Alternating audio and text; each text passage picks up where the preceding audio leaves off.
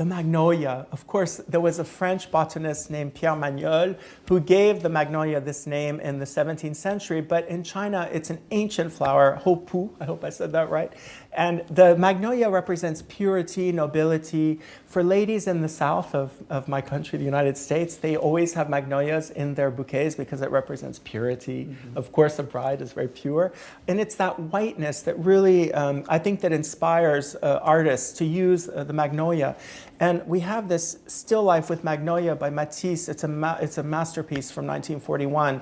And Matisse, he would meticulously detailed every aspect. We're showing you a detail only, but he meticulously detailed the pitcher, the shell, the actual vase in the middle, and this copper cauldron or this copper pot around the Magnolia. It's almost like a halo. And so Matisse almost gives the Magnolia the spiritual side to it. And of course, he was very concerned that the white looked very white on that flower. And Matisse actually loved this painting. He said it was his favorite work. He said, I put all of my power into it. So the Magnolia here, we don't even know what it symbolizes. It could symbolize purity. It could symbolize a religious connotation. But in any case, it's the centerpiece of this masterpiece.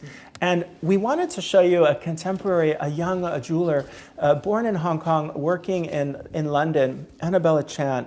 She's a very interesting personality because she started as an architect and she worked with a major English architect, Moore.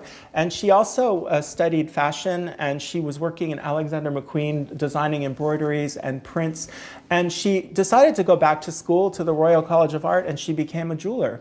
And what's interesting about Anabela Chan's jewels is she uses recycled aluminum, so basically your can of your soft drink, and she learned a process of cutting it into little squares, and she melts it in her own atelier, 600 degrees, to make lingots, and then they use, just like they would a precious metal, they cast it into these beautiful shapes.